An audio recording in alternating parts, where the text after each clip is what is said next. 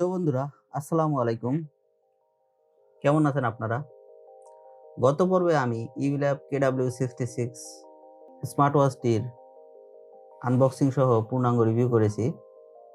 এই স্মার্ট ওয়াচটির ডিসপ্লেটি একটু কার্ভ হওয়ার কারণে ডিসপ্লেটি ঘড়ির থেকে একটু উপরের দিকে ভাসা অবস্থায় থাকে, যার কারণে যে কোনো জায়গায় লাগলে, বড় ধরনের আঘাত লাগলে এই স্ক্রিনটির ক্ষতি হতে পারে, স্ক্র্যাচ লাগতে পারে অথবা ভেঙে যেতেও পারে।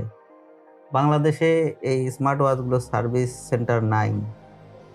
সেন্টার নাই, যার কারণে অনেক সময় এই স্মার্ট ওয়াচটি আপনাদের কাছে নষ্ট হয়ে গেলে আর ভালো করা নাও যেতে পারে।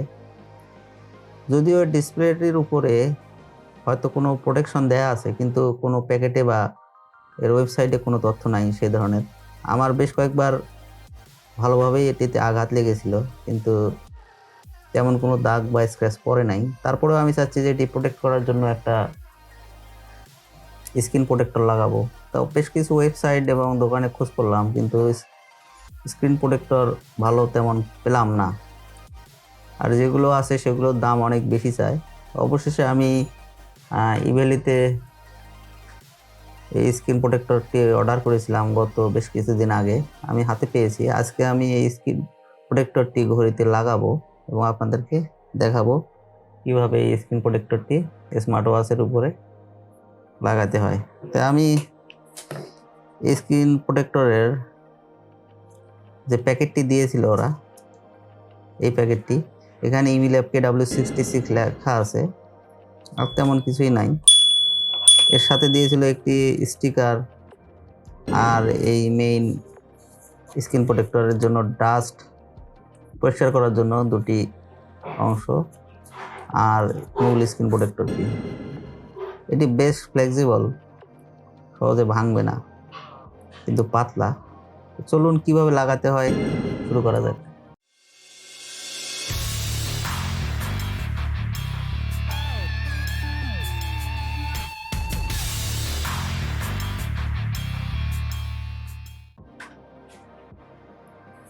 প্রথমে এই ডাস্ট রিমুভ যে প্যাকেটটি আছে এটি একটি কেটে নিলাম।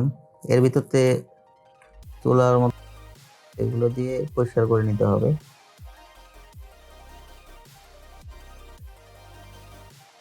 এখানে দুটি পার্ট আছে, একটি হচ্ছে ভিজা এবং আরেকটি হলো শুকানোর জন্য। আমি দুটি পার্টই আলাদা করে নিলাম।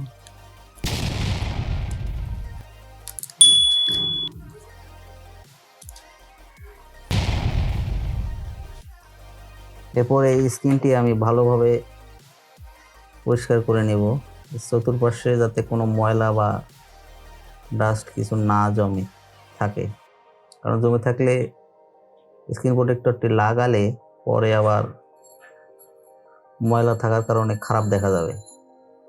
সেজন্য আমি ভালোভাবে এটি চতুর্পাশে সাইডগুলো, বেজেলগুলো ভালোভাবে পরিষ্কার করে নিচ্ছি। এবার এই যে ড্রাই যে অংশটি আছে এটি দিয়ে একটু পরিষ্কার করে নেব।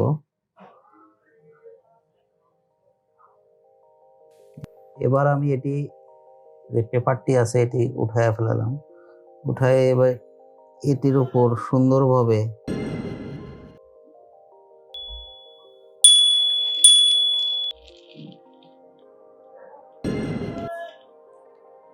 লাগিয়ে দিচ্ছি, চতুর্পাশে যেন ঠিক সঠিকভাবে বসে, নইলে একদিকে বেশি গেলে আবার আর একদিকে ফাঁকা থেকে যাবে। এবার আস্তে আস্তে আমি এটি চাপ দিব, যাতে এর ভিতরে যে জেলগুলো আছে আঠার মতো, এগুলো সুন্দরভাবে বসে যায়,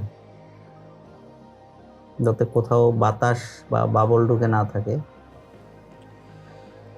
তো বন্ধুরা, এই ছিল imilab KW66 ওয়াচটির স্ক্রিন প্রোটেক্টর লাগানোর পূর্ণাঙ্গ ভিডিওটি আপনাদের কেমন লাগলো তা কমেন্ট বক্সে অবশ্যই জানাতে ভুলবেন না। আর এই ধরনের গ্যাজেট সম্পর্কিত ভিডিও পেতে চ্যানেলটি সাবস্ক্রাইব করে আমাদের সঙ্গে থাকুন। তো দেখা হবে নতুন কোনো ভিডিওতে। সে পর্যন্ত ভালো থাকুন, সুস্থ থাকুন আর দেখতে থাকুন ARS টেক জোন। আল্লাহ হাফেজ।